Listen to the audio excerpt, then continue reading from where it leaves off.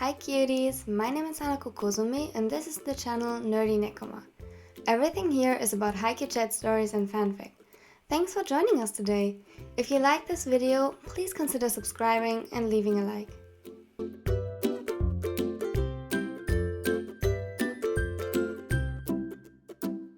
And with that, welcome to today's video, also known as the third and final part of the Flinching series.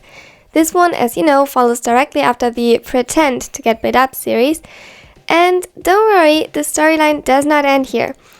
But please remember the content warnings that comes with this series, which is warnings for injuries, obviously, and panic attacks and anything related to that.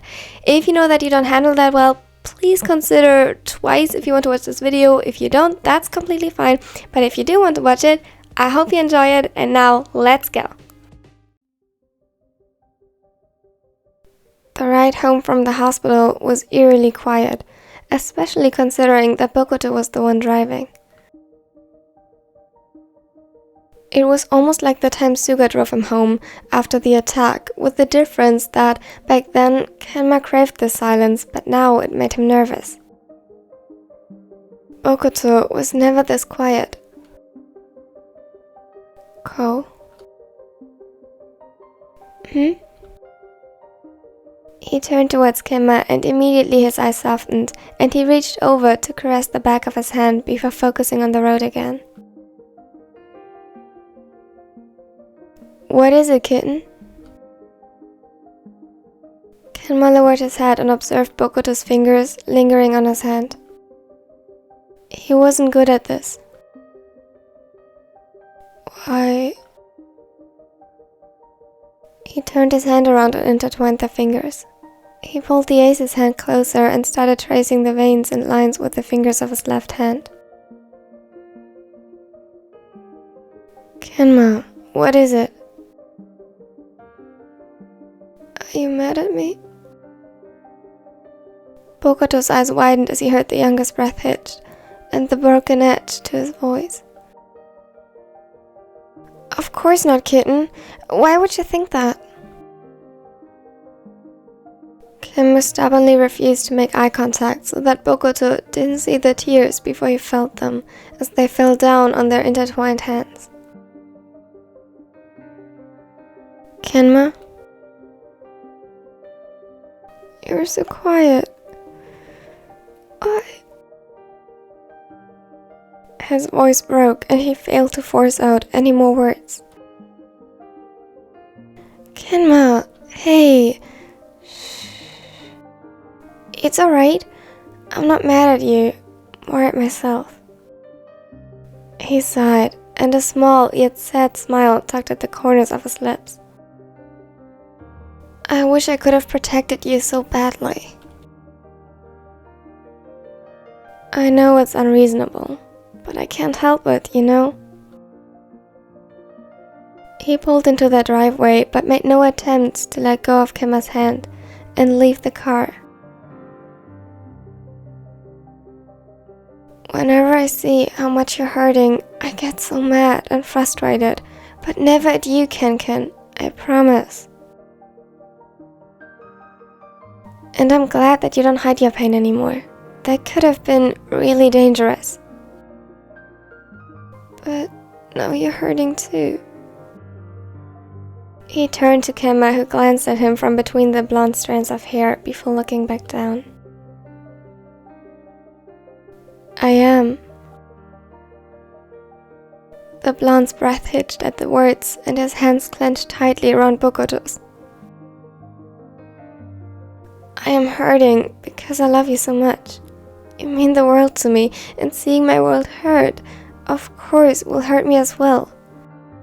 I understand. But that's not everything. I'm also incredibly happy that you trusted us with this, even if it took a moment. That now you allow us to care for you and make sure that you get better. The simple fact that you still feel safe in my presence makes me happy, and I will do everything not to lose that privilege. Finally, Kenma looked at him, his eyes blown wide and glassy.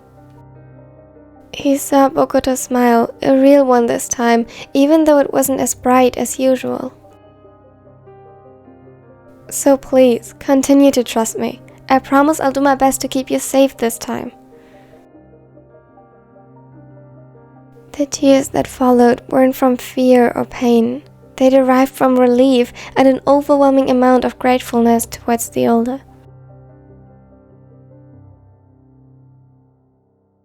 Can I hug you? Kenma nodded. Carefully, Bokuto leaned over and gently put his arms around the smaller. Kenma flinched a little at the touch, but didn't pull away. Bokuto sighed as he pulled him closer to his chest. He had seen this more and more often ever since the gamer told them, as if the reality of the previous events took a while to sink in and only really settled when his focus on hiding slipped. After his first panic response faded, he was left to deal with it, to work through what had happened, and Bokuto was sure that he felt mostly alone with this. Even though they were always there for him. Kenma had gotten even more quiet these past days, fighting his internal battles all by himself. He had searched out their touch a lot and cried in their arms, but it was always connected to a new layer of guilt on the setter's side, because whenever they did touch him, he flinched away. He couldn't help it, even if he was the one asking to be hugged. He saw the effect it had on his boyfriends, and he didn't know how he could reassure them when he himself was the one searching for reassurance. His quiet sniffles turned to sobs in Bokuto's arms, and he hugged him even tighter as he let out a pained cry, not caused by any physical pain. He was so grateful that Bokuto knew. He knew that Kenma still trusted him. Thank you. I love you, Kenma. Love you too. He buried his face into Bokuto's chest. The ace's heart broke at the sight, yet he couldn't be happier about the trust the other placed in him. Come on, let's get inside, before the others think the hospital kidnapped us. He chuckled a little. Kenma's grip on his shirt tightened before slowly loosening. When they got out of the car and walked up to the house, Kenma stopped him right in front of the door by tugging at the back of his shirt. Huh? What is it, Ken? He nervously worried his bottom lip between his teeth as he thought of the correct words. I'm afraid I haven't mastered the art of mind reading yet, so you will have to use words. Bokuto managed to coax a small pout out of the smaller, which he counted as a personal victory. Do they know? Know what, Kenma? He gulped. That I trust them. Bokuto's eyes widened before slowly his expression turned much softer. That's what you've been worrying about? Kenma nodded slowly. He wanted to explain, but his throat felt too tight to speak, so he just settled for the nod. I don't know. I'm sure they do, but I'm afraid you have to ask them yourself. Another nod, but this time merely to show that he had understood the words. They didn't ease his anxiety though. Tetsu, Kiji, we are back!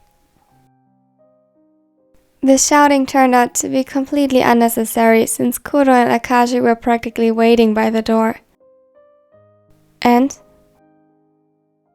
Kuro was on edge, his eyes scanning Kenma up and down for any sign of pain. Nothing much, or bad. Everything seems to heal fine so far.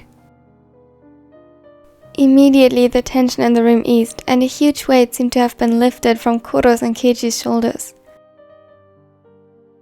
That's good. Tetsu, Keiji. His voice was strained from all the crying, and the words were almost inaudible with how meek they sounded. Yes, Kenma?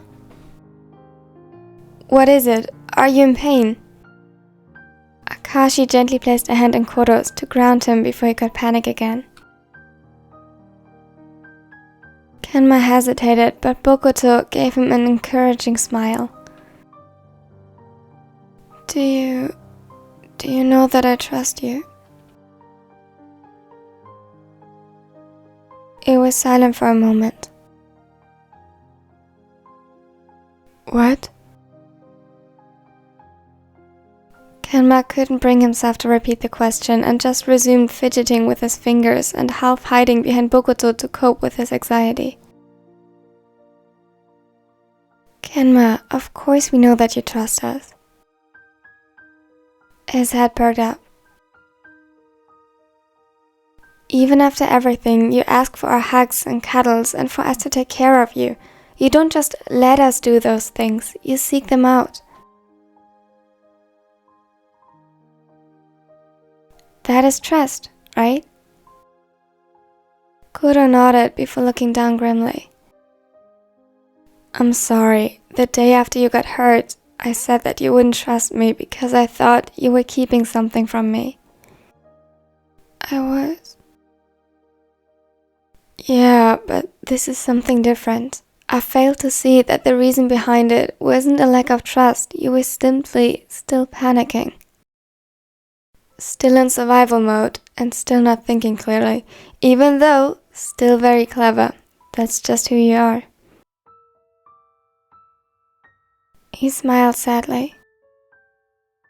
It is true that I doubted your trust in me before, just like Keiji's and even Kaotaro's.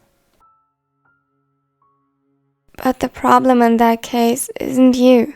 It's simply something I struggle with. Kenma nodded slowly before walking up to Kuro and putting his arms around him. As Kuro returned the gesture, he tried his best not to flinch, but didn't manage to suppress it completely. To make up for it, he hugged him even tighter. I trust you, Tetsu.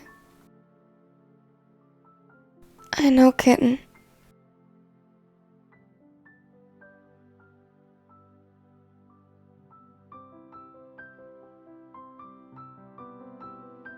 Thank you all for watching till the end. I hope you liked it. I think this was so far the most harmless part out of all of them. Yet it was still a bit of angst, well, more on the hurt comfort side, and it opens up a bunch of new possibilities. I mean, obviously now I have to make videos about Kuro's insecurities. As you see, I mentioned them, so yeah, tell me if you want to see something like that. If you like this video, consider leaving a like because it really helps my channel grow. And if you don't want to miss out on anything in the future, consider subscribing if you haven't done this yet already. I hope you do, because it would be amazing to see you here again. And now have a wonderful day.